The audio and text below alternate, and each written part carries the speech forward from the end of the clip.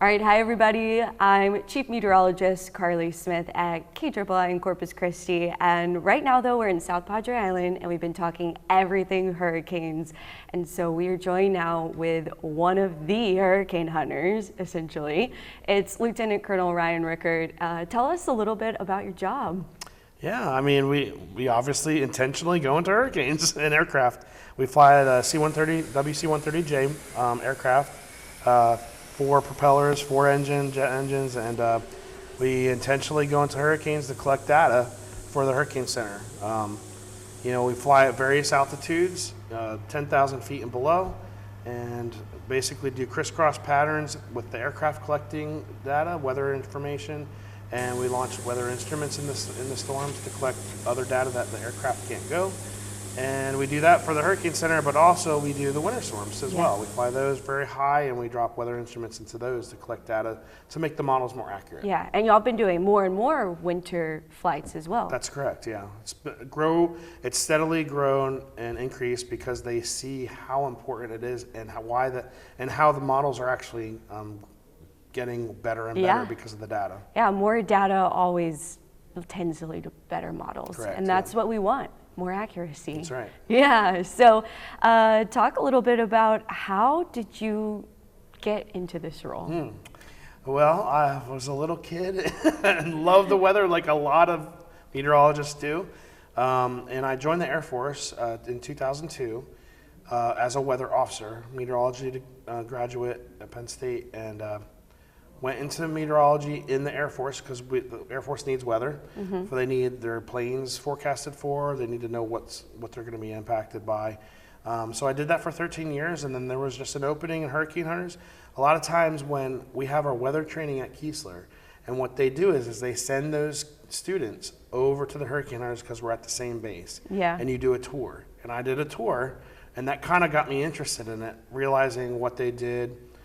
And one of the guys was actually on the Weather Channel that I basically grew up watching, and I knew him, and I was like, wow, I want to do that. And not the Weather Channel, but the Hurricane Hunters. Yeah. And then the opening was there, and I was offered the opportunity, and I basically started doing it. Yeah, and so what was that first flight into? Was it a hurricane or was it a tropical storm? What was the first flight like? My first flight was a tropical storm Joaquin. It was in the development stages, not really. I was basically observing another instructor, watch them do what they were doing. She let me do a little bit of stuff, and it was really neat. I was just like, wow, this is amazing. And then actually we found the center of the storm very far from what the projected coordinates were from the Hurricane Center, because you can't tell a lot of times where they are. And that's why we do what we do, is to really give them the exact center, give the models the exact center, so that the models are a lot more accurate. And then my second one was a Cat 4 Hurricane Joaquin. Second time I went on the same storm, and it was a Cat 4, and that was very exciting. I was a little nervous, but it was pretty awesome. Yeah, so was one of those flights bumpier than the other one? Like Tropical Storm versus Cat 4, or was there? I mean, that was 10 years ago, or 9 or just years in ago. General, it doesn't have to be those two. I mean, I think Joaquin, I was surprised at how calm it was. Like, it was, turbulent and bumpy in the eye wall, but it wasn't anything that I was like, wow, I'm really petrified about. But obviously since then I've flown in gone through the storm center of hurricanes hundreds of times, or 180 times, or whatever it is, and there's been some, of course, dicey situations, to say the least. What is there anything you can compare flying into a hurricane to, that somebody can visualize what that experience is like? Sometimes people describe sitting on top of a washing machine, and it's just in its cycle, or a dryer, and it's just tumbling, and you're sitting on top of it, and it's just like that. Sometimes it's like that, a wooden roller coaster where you're just getting jolted around. It is hard to describe what we go through, because the turbulence varies depending on the storm. Sometimes it's really pretty smooth. A very stable storm that's not really changing much. Some of those can be very, very docile, not really a lot going on with it. But then some of them you're not expecting much, and then the plane is just getting ferociously shook so bad where you're holding on or you're strapped Yeah. in. So it just depends on the storm and what's going on. How is it your job? You're looking at data real time, right? Correct, yep. And so how is it doing that while the plane is shaking? Well, Yeah. sometimes it gets pretty difficult to focus on the computer. I mean, we're at a station in the back of the aircraft, pretty close to the flight deck, just down the stairs, and we have a computer and a keyboard and a mouse and another screen that shows us aircraft information. We have a window where we're looking outside a lot, trying to do visual observations as well, and providing that to the Hurricane Center, what we're seeing. But yeah, sometimes it does get really difficult. Like I have sheets of paper where I jot down my information as we're collecting it, because I have to send final products to the Hurricane Center. And that gets pretty challenging sometimes. I mean, you're trying to write things down and you're getting jolted all around, and then you're trying to type, and like sometimes you're having to hold on. Yeah. And you only have one hand to type and send messages to. So it can be pretty interesting sometimes.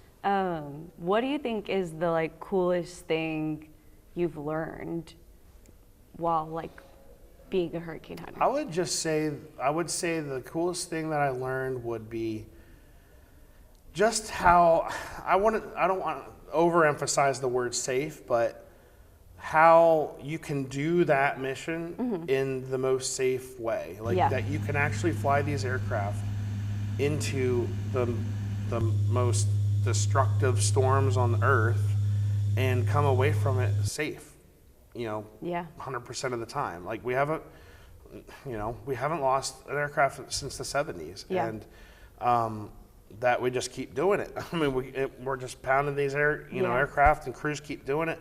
And then the volunteerism, that people want to do this. They want to be able to do this to help safeguard people on the ground and protect them, provide them the information so the Hurricane Center can get the most accurate forecast out there. So, those are a couple things that kind of stun me now that I've been doing it for about 10 years. Yeah.